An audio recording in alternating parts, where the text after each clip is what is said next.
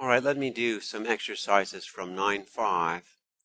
First relies on the definition of this quantity here. This quantity is variously known as I don't know why it's doing that. This quantity here is sometimes known as the set generated by A, or sometimes it's known as the orbit of A, and sometimes it's known as the cyclic group generated by A.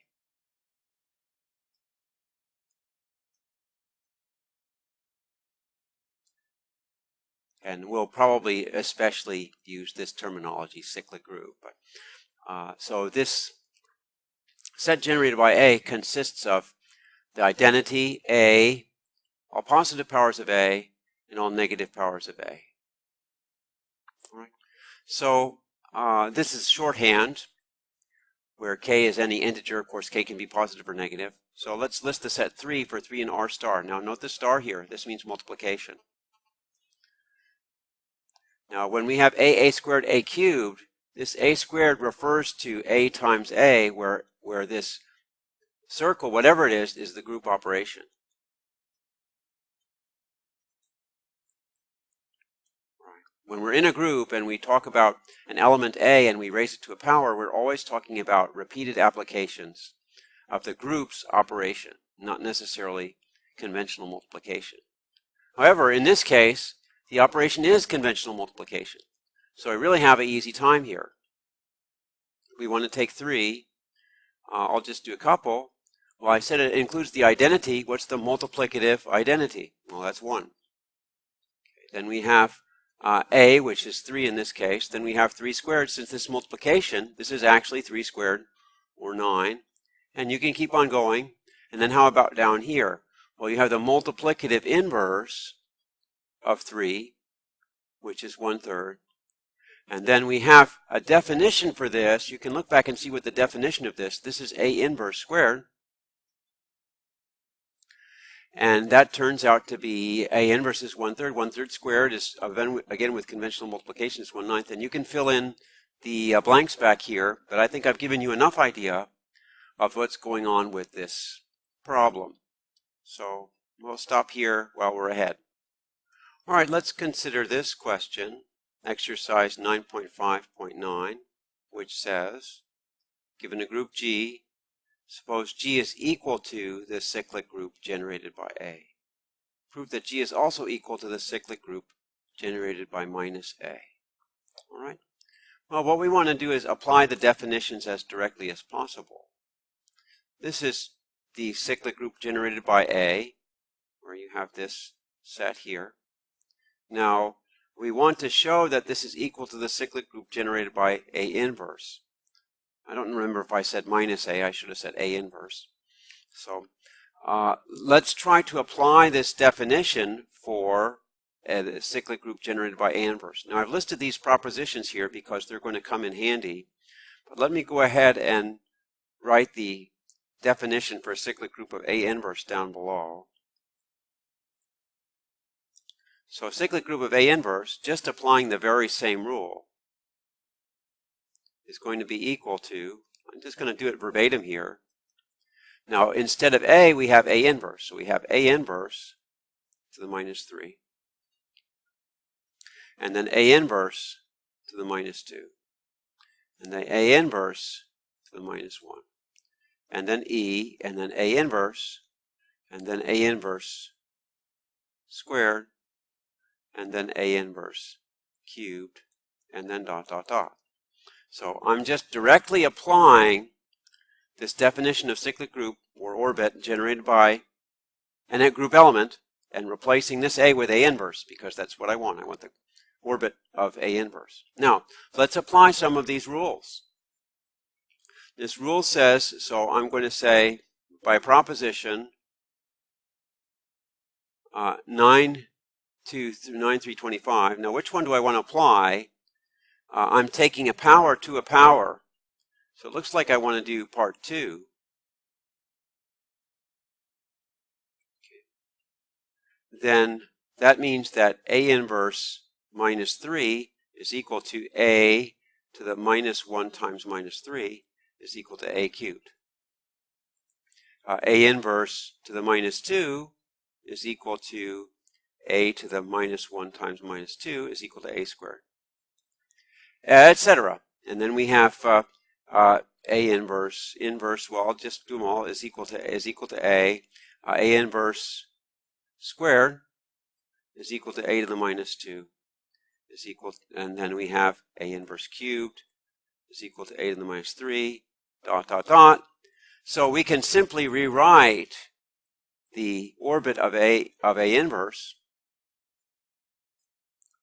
as, well, we'll do the dot, dot, dot again, and this becomes A cubed, dot, dot, dot becomes A cubed, and then A squared, and then A, and then E, and then A inverse, and then A to the minus 2, A to the minus 3, dot, dot, dot.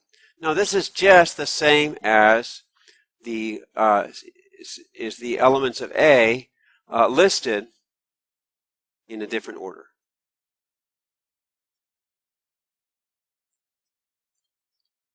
All right. Remember when we listed elements of A, we started with the negative ones and went up to the positive, but here we're just starting with the positive and listing down to the negative.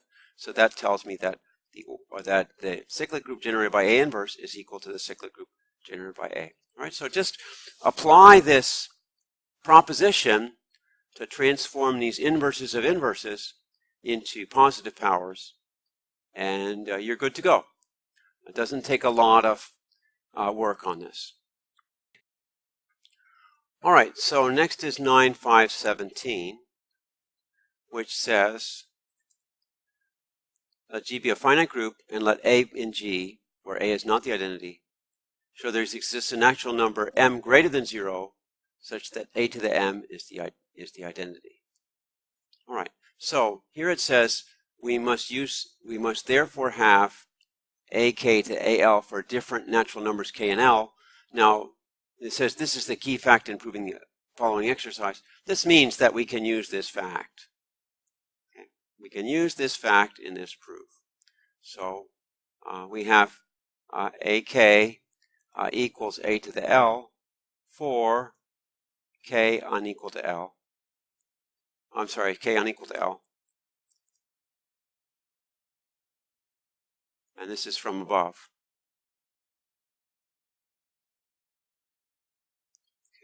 Now, here we have K and L. We don't know which one is bigger, but we can say, without loss of generality, K is less than L. If not, we could just switch around the order in which we list them and reverse the assignments of K and L. So we may assume K is less than L. And we use this abbreviation, WOLOG, which means without loss of generality.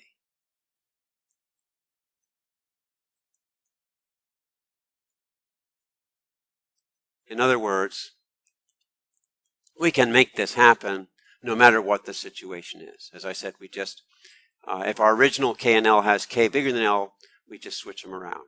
All right. So let me just say, multiply both sides by something, and you figure out what that something is to change the equality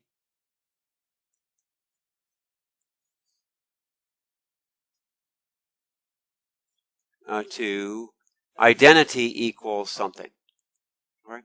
So you have to figure out what to multiply both sides of this equation by in order to get the identity on one side. And so that's all I'm going to say about that. Just think about what you have to do to make that happen. All right, let me speak a little bit about 9.5.25.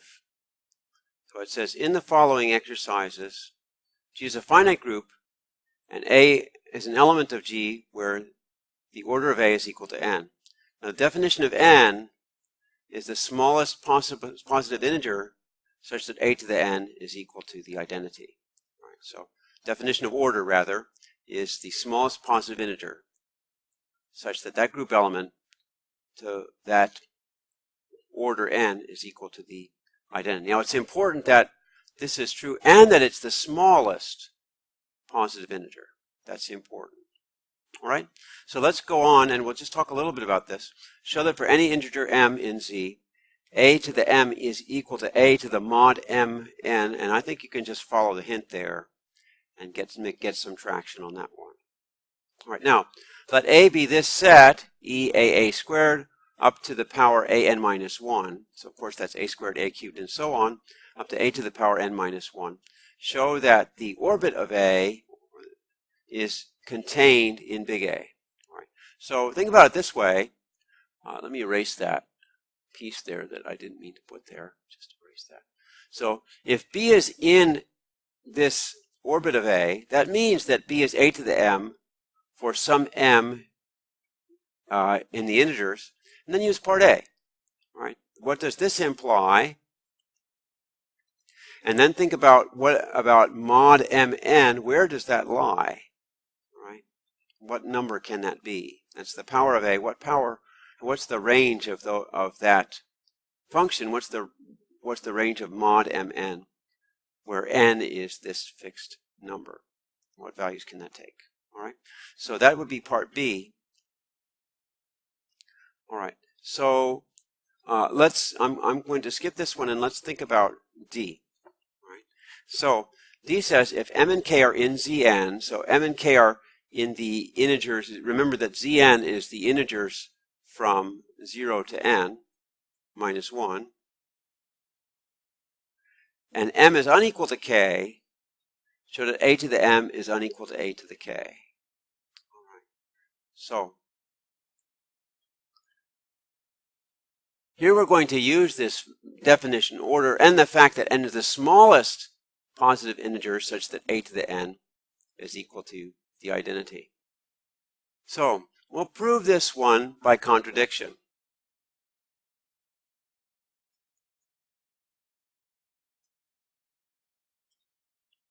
All right. So suppose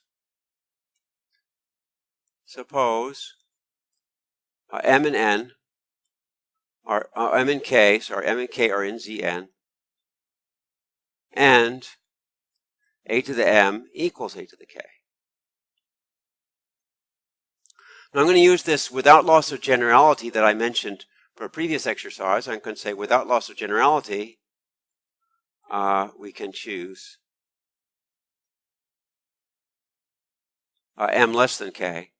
Again, if our original choice doesn't have m less than k, we just switch around our two values. Right. And then multiply both sides. I'm going to sound like a broken record here, by something. So when I say multiply both sides of this here by something to make it become E equals a to the something. All right.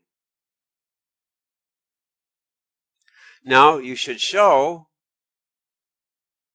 that Q, or here, sorry, because let's just say equals a to the Q, where Q equals, and you fill in those blanks. Now, we want to show, you need to show that Q is less than N. Okay. Now, this contradicts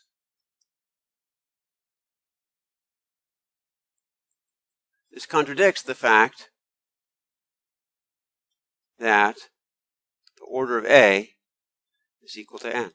Because that means the order of A is the smallest power of A that gives me the identity. Okay.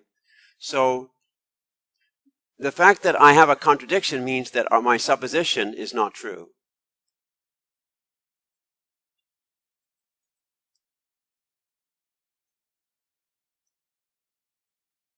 My supposition is false, so a to the m is unequal to a to the k for all m and k in Zn with m unequal to k.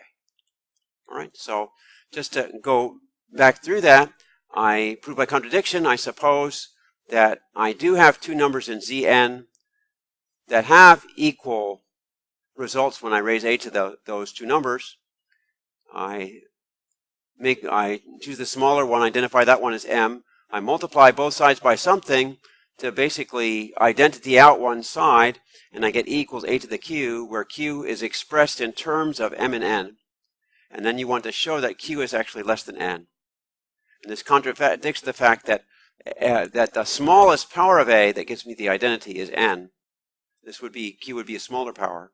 So my supposition is false. So that means that a to the m is unequal to a to the k for all m and k in z to the n with m unequal to k.